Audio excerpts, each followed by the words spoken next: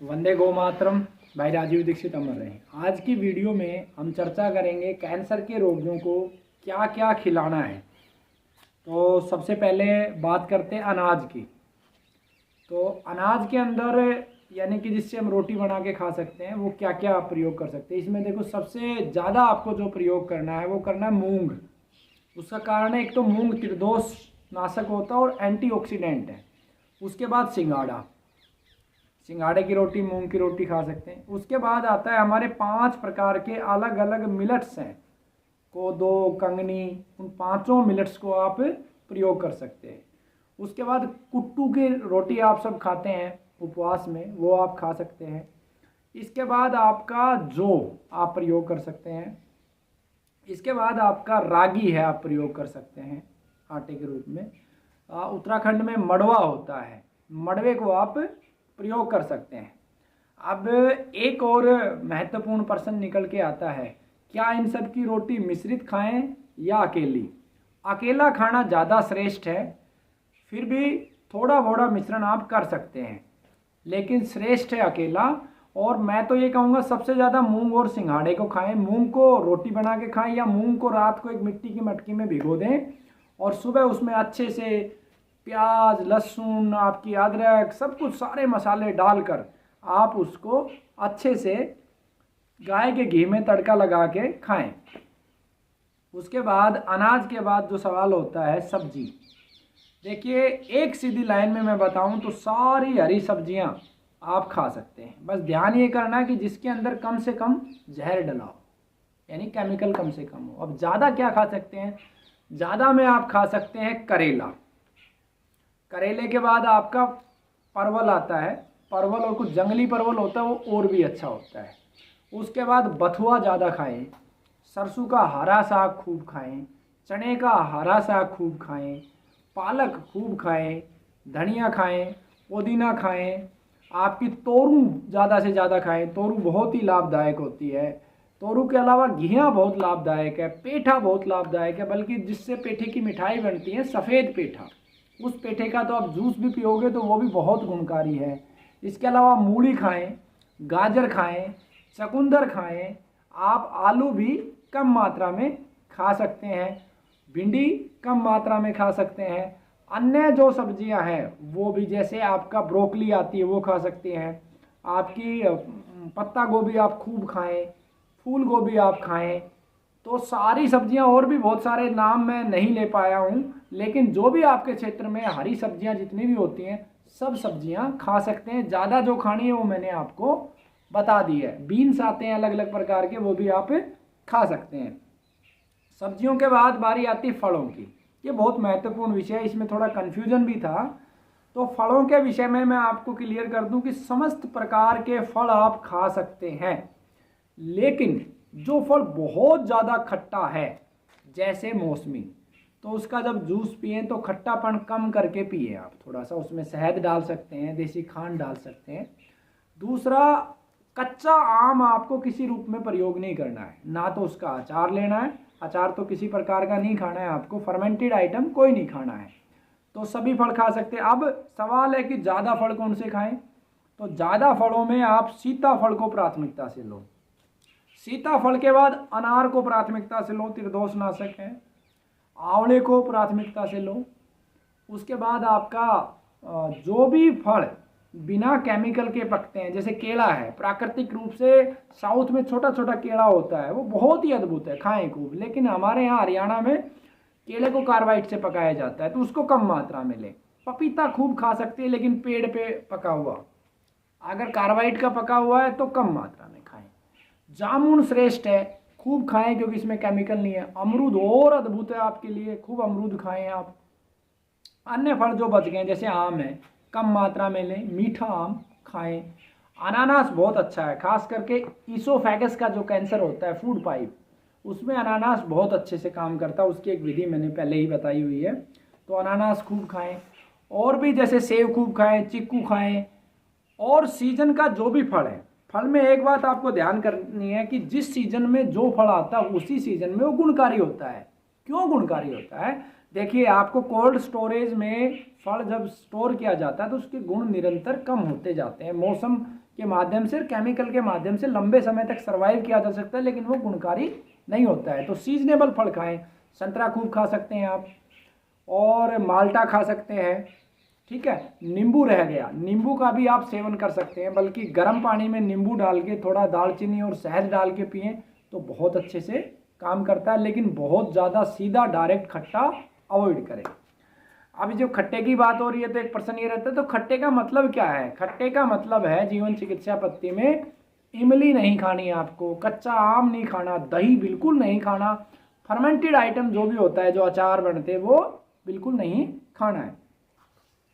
सब्जियों के बाद बात आती है ड्राई फ्रूट्स की। ड्राई फ्रूट्स बहुत ही महत्वपूर्ण है हमारे शरीर के लिए, तो सभी प्रकार के ड्राई फ्रूट्स आप खा सकते हैं लीवर कैंसर में, क्योंकि लीवर कमज़ोर होता है तो काजू कम से कम इस्तेमाल आपको करना है। लेकिन मामरा बादाम है, गुरबंदी बादाम है, उसके बाद अखरोट है, उसके बाद आपकी खुबानी आती है, पिस्ता आता है, और बहुत सारे ड्राई फ्रूट्स आते हैं। अंजीर है आपकी, अंजीर अवश्य खाएं, 2 या 3 अंजीर रोजाना रोगी को दें। मुनक्का खाएं, बीज वाली मुनक्का खाएं, दूध में डाल के 10-20 मुनक्का दूध में डाल के अच्छे से उबाल के पिए, वो बहुत श्रेष्ठ है। अंगूर खूब खाएं, और जो भी ड्राई फ्रूट्स है वो सभी आप खा सकते हैं। उसके बाद बारी आती है ड्राई फ्रूट्स के बाद चिकनाई की, फैट के रूप में क्या लें? देखिए, बिल्कुल श्रेष्ठ है देसी गौ माता का घी। अगर भारतीय नस्ल, देसी गौ माता यानी भारत में जो उत्पन्न होके जो प्राकृतिक रूप से जितनी भी नस्लें हैं, जैसे आपका हरियाणा नस्ल होगी, हरियाणा में राठी होगी, साहिवाल होगी, गीर होगी, रेड सिंधी हो गई, और आपकी बद्री नस्ल हो गई, इसके अलावा बहुत सारी पूरे भारत में नस्लें हैं देसी, उनका घी आप खूब खा सकते हैं। लेकिन भैंस का घी नहीं खाना है, और जर्सी, होलिस्टियन, फ्रीजियन, इन गायों का घी नहीं खाना है। फिर घी नहीं तो चिकनाई में क्या ले सकते हैं? पीछे की वीडियो में हमने सख्त मना किया है, लेकिन आप कुछ चीज़ें ले सकते हैं, लेकिन अपनी आंखों के सामने उनका तेल निकलवा के आप यूज कर सकते हैं कोल्ड प्रेस में। उसमें प्राथमिकता से अलसी आती है, नारियल आता है, अलसी के बाद नारियल को यूज कर सकते हैं, तिल के तेल को आप इस्तेमाल कर सकते हैं। तो इनको सीमित मात्रा में आप प्रयोग करें। उसके बाद चिकनाई के बाद सवाल आता है दूध और दूध से बने हुए उत्पाद। देखिए, बकरी का दूध आप पी सकते हैं, श्रेष्ठ है। उसके बाद केवल भारतीय गोवंश का जो दूध है वो पी सकते हैं। अब दूध से बहुत सारे आइटम बनते हैं। दूध से आपका पनीर बनता है, आप घर में बनाइए देसी गाय के दूध से या बकरी के दूध से। फिर उसके बाद दूध से खोवा बनता है, देसी खांड मिलाते हुए बनाइए खोवा। गाजर का हलवा, घिया का हलवा, आप किसी का भी हलवा बनाइए देसी गौमाता के दूध और खांड को और घी को मिलाते हुए, आप सभी प्रकार के हलवे बना के खा सकते हैं। दूध से आप दही नहीं खा सकते, लेकिन लस्सी खा सकते हैं। लस्सी खाइए, मक्खन खाइए निकाल के, उसका बना के, बहुत अच्छा है देसी गौमाता का। तो ये दूध और दूध से बने हुए उत्पाद। पनीर की सब्जी घर पे बना के खा सकते हैं। उसके बाद जो महत्वपूर्ण चीज़ बच गई खाने की, वो है मीठा। मीठे के रूप में क्या खा सकते हैं? देखो, प्राकृतिक रूप से मिठास जो है वो गन्ना मूल है, गन्ने को खूब चूस सकते हैं। केवल शुगर रोगी को अवॉइड करना है, रोज एक गन्ना चूसे, निश्चित रूप से आप ठीक होंगे। दूसरे मीठे के रूप, छोटी मक्खी का जो शहद है, वो शहद आप खूब खाइए, कोई लिमिट नहीं है। शुद्ध शहद आप खा सकते हैं, देसी खांड खा सकते हैं आप, जो धागे वाली मिश्री है प्राकृतिक रूप से जो बनी हुई है, वो आप खा सकते हैं। अब गुड़ में बड़ा प्रश्न होता है, गुड़ खाना नहीं खाना। देखिए, गुड़ के अंदर केमिकल बहुत ज़्यादा डल रहे हैं, लेकिन अगर बिना केमिकल का शुद्ध गुड़ आपके पास है तो सर्दी के सीजन में अमृत है, अवश्य खाइए आप। गुड़ को कोई मनाही नहीं है। अब एक महत्वपूर्ण चीज़ रहेगी मसाले। मसाले खा सकते हैं। हमारी भारतीय परंपरा में जितने भी मसाले हैं सब प्रयोग करे जा सकते हैं, लेकिन चाइनीज केमिकल्स जितने भी हैं सब अवॉइड करने हैं। अमचूर नहीं लेना, इमली नहीं लेना। अब ज़्यादा मसाले कौन से हैं? जीरा खूब करें, धनिया, काली मिर्ची खूब इस्तेमाल करें। उसके बाद आपका तेज पत्ता कैंसर को हराने में बहुत सहायक है, रोजाना रोगी के तेज पत्ता डालें।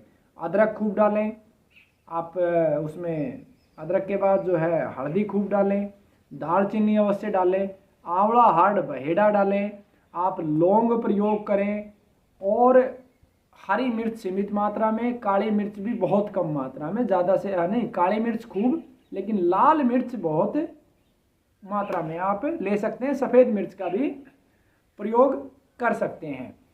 अब मसालों के बाद जो अगर खाने पीने के आइटम देखें तो जो मुख्य रूप से बचा हुआ है उसमें आ जाता है आपके पेड़ों के पत्ते। तो सभी पेड़ों के पत्ते आप खा सकते हैं, विषैले पेड़ों के पत्तों को छोड़ के। ज़्यादा क्या खाना है? गिलोय का पत्ता, पपीते का पत्ता, शीशम का पत्ता, सहजन का पत्ता, कचनार का पत्ता, ये ज़्यादा मात्रा में। मध्यम मात्रा में पीपल, बरगद, इनको मध्यम, अर्जुन हो गया। अल्प मात्रा में आपको जो पत्ते लेने हैं जो बहुत ज़्यादा कटु स्वभाव के, बहुत कड़वे हैं, उनको अल्प मात्रा में आपको प्रयोग करना है। पत्तों के विषय में एक विस्तृत वीडियो भी है, उसे आप देखिएगा। खास करके हरी दूब और गेहूं के जौ के जवारे, ये दोनों अमृत की तरह हैं, इनको ज़्यादा से ज़्यादा लें। एलोवेरा प्रयोग करें, ये भी बहुत अच्छा काम करता है। अब इस संदर्भ में अगर कुछ और भी खाने का आइटम बच गया है, जैसे शादी में जा रहे हैं तो क्या खाएं? शादी में जा रहे हैं तो फ्रूट चाट खाएं आप ज़्यादा से ज़्यादा, बाकी सारी चीज़ें आपको मिलावटी मिलेंगी। तो ये मुख्य रूप से कैंसर रोगियों के लिए है जो केवल और केवल जीवन चिकित्सा पत्ती का प्रयोग कर रहे हैं। अब इसमें खाना पकाने के लिए बर्तन का इस्तेमाल बहुत महत्वपूर्ण है। बर्तन का इस्तेमाल में आपको या तो लोहे की कढ़ाई यूज करें, या मिट्टी के बर्तन करें, या तांबे कांसे के, इस तरीके के बर्तन यूज करें। एल्यूमिनियम बिल्कुल यूज ना करें। प्लास्टिक की थाली में बिल्कुल ना खाना परोसें, और स्टील का कम से कम उपयोग करें। अगर कैंसर के रोगी को चांदी की कटोरी में दूध गर्म करके दिया जा सकता है, सोना तो संभव नहीं है, तो बहुत अच्छा है। तो ये मेटल्स की बात हो गई। अब खाने पीने में पानी का बहुत महत्वपूर्ण योगदान है। आप लगभग, हमारे शरीर का 70% जल है हिस्सा, तो आप शुद्ध प्राकृतिक रूप से निकला हुआ पानी लें। अगर गंगा जी के आसपास रहते तो गंगा जल या नर्मदा जल लें, किसी भी प्राकृतिक नदी का जल ले सकते हैं। बारिश का जल स्टोर करके पिएं, वो बहुत अच्छा है। अन्यथा आप जो है जल के अंदर गौ माता की भस्म, सहजन के पत्ते, सहजन के बीज या जामुन की गुठली के माध्यम से जल को शुद्ध कर सकते हैं। उस शुद्ध जल का भी आप प्रयोग कर सकते हैं। इस विषय में हवा कैसी लें? पेड़ पौधों के आसपास रहें, ज़्यादा से ज़्यादा समय बरगद पीपल के नीचे रहें, गौ माता के पास रहें। फिर भी कोई पर्सन बच गया हो खाने को लेकर तो आप कमेंट अवश्य कीजिए ताकि अगली वीडियो में सुधार किया जा सके।